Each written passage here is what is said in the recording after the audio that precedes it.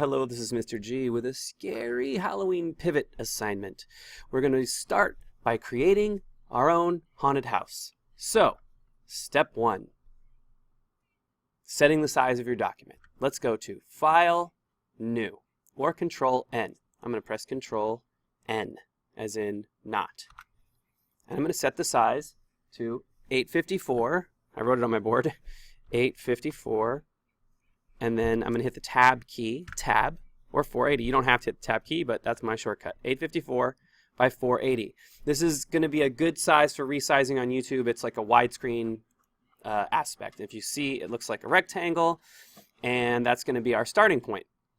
Okay, the next thing we're going to do is we're going to just fill the background layer with a, let's go with a dark orange. So I'm going to just take my color wheel. I'm going to drag it over to the orange color here, like this. And right about there, okay? And I'm going to click, and I've got my orange background, okay?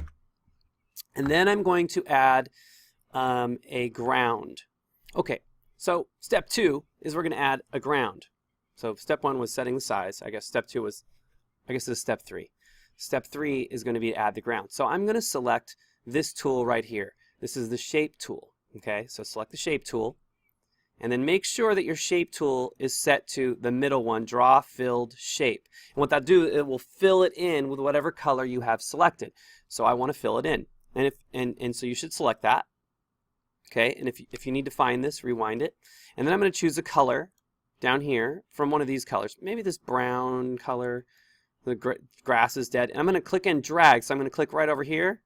Whoops, I'm going to hit enter, made a mistake. Click and drag it over. And it's going to put a shape. Then you can actually resize that shape. It's going to be down here because it's the ground. And then if you want, you can twist the ground a little and drag it down a little more. And if you're ever too close and you can't see, you can zoom out so you can see that shape. I like giving it a little bit of a weird shape because this is a Halloween picture, so it should be off a little bit. It shouldn't be perfect. Okay, so now I've got my background, and I can always change that. I can always fill it with different color. You can also drag your colors. You can, click your paint bucket there and then choose a different version of that color. I'm going to hit enter and Control Z to undo it if I don't like it. Okay, so now I've got my sky and my ground. So that's how you create your background for your haunted house.